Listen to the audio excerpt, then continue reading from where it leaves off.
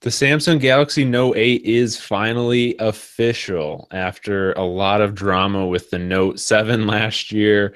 Samsung's ready to wash their hands and just start fresh with a new Note. Andrew and Chris are here, and they were at the event in New York. So why don't you guys talk a little bit about the Note 7 and your first impression, or Note 8? We don't want to Note make that 8. confusion. Note 8 and your first impressions.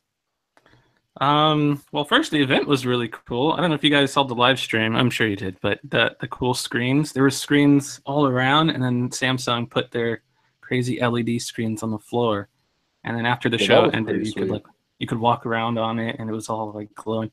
I just decided I want to make like a room like that in my house. I'm 100%. Once my rapping career takes off, but the phone itself was really really kind of cool. Not really such a big upgrade from the Note 7. I think that's where a lot of people kind of are iffy about it. But since the Note 7 technically never launched, yeah, it's kind of a big upgrade from the Note 5. And there was lots of kind of small things that they kind of improved from the Note 7. The phone itself is big. It feels bigger than the S8 Plus, but I think it's more just to do because of how square or rectangular it is. It's very sharp edges. It's not really quite so rounded, which sort of fools you into thinking it's just this giant, long 2x4 of a phone. And it is So a little bit bigger, maybe slightly. This is a picture on the screen right now compared to the S8 Plus. So almost exactly the same size, but like you're saying, a little bit more square. yeah, the curve on the S8 Plus looks a little bit more like rounded on the little curved display as well, whereas the Note just sort of it looks very flat and then just a little minor curve on the side. So it just really did feel a lot different. But the phone was nice, I want to say. But you just really got to love those S Pen features, which I mean, I guess there's a lot to talk about there. Um, Yeah, I mean, Samsung, when it comes to the design for it, the S8 Plus kind of feels more comfortable to me to use in the hand yes, definitely. because it does have those curves on the front and the back, and they're there on the Note 8, but they're like Chris said, it's definitely more like you're holding a 2x4, Yeah. like or a wedge of cheese or something. Very very sharp edges. But the phone the S Pen was very cool. I guess Samsung improved the design slightly. They made it the tip a little more finer to allow you to really draw. I don't know how many people actually draw on their phones, but it's a feature. It's kind of neat.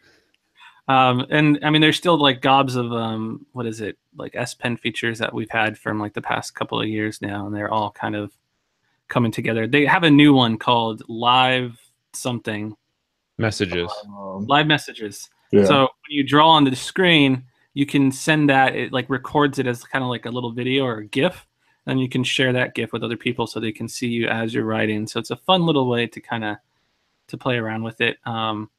Again, nothing really groundbreaking. You're not going to rush out to buy the phone because of live messages, but it was very cool. I actually liked the phone a lot. It did feel a little more snappy than the S8 Plus, but that's probably just placebo and the fact that it's got 6 GB of RAM, or six. Yeah, it's 6.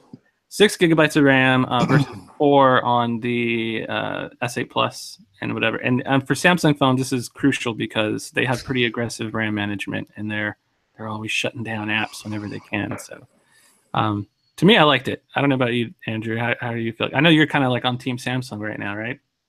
Yeah, I just got the S8 Plus I want to say like 2 weeks ago, and I've been using it as my daily driver over my iPhone 7 Plus, and I definitely am a big fan of Samsung at the moment. I think the Note 8 is a step in the right direction for them, especially for rebounding back from the Note 7, at least with this line. I mean, the biggest thing for me is I love good cameras. You know, I'm an iPhone guy. I have been forever, and they've always had good cameras, and the Note 8 looks to be like the real deal. You know, I have a Pixel, but I haven't really used that as my primary phone much, but I could see myself using I could see myself I could see the Note 8 actually overtaking the Pixel, or it's either the Pixel or the HTC U11 as like the top camera top-rated Yeah. camera on the DxO Mark or whatever. Yeah, I mean, I know they have like the reviews with the EXO mark and stuff, and I don't really hold, I guess, a lot of weight because usually like the top 5 or 10 or whatever, they're just 1 point differences away. Yeah. And that yeah, could, I mean, to me, that's almost basically a tie. It's Did you like, guys Yeah. get a chance to use the 2x zoom thing? yeah, we play with it a little bit. the camera stuff. I'm not Yeah. sure if there was any other feature other than just the zoom for the 2x thing, but I guess that they do the whole iPhone thing with like the portrait mode. Um, and they kind of improved upon the iPhones in that they show you the portrait mode in real time, which is pretty nice. Yeah, I like that. I like that addition. And you can adjust it after you take a photo too. Yep. Yes, so And it you can takes one adjust that- before you snap, after you snap, and it's pretty awesome. And it takes a picture with both lenses at the same time. So it'll take a wide angle lens and take one with the wide angle lens and the telephoto lens, which is pretty sweet. That's true. On the OnePlus 5 and I believe the iPhone, it will save regular without the portrait and then one with the portrait, but you know it's still the same zoom. On the Galaxy, you're taking 2 different ones, so you can see the wide angles. Like you don't have to I guess compromise or whatever. Like you can just take a photo and know that it's gonna be all right. It's pretty cool. All right, we got to talk about the price because it's pretty pricey. You're looking at around $950, a little cheaper on T-Mobile, a little more expensive on Verizon, I think, but around that price, that's a lot for a phone. It's kind of expensive. I mean, it's basically that premium price is mostly just, I guess, for a lot of people, it's just going to be it's the S Pen.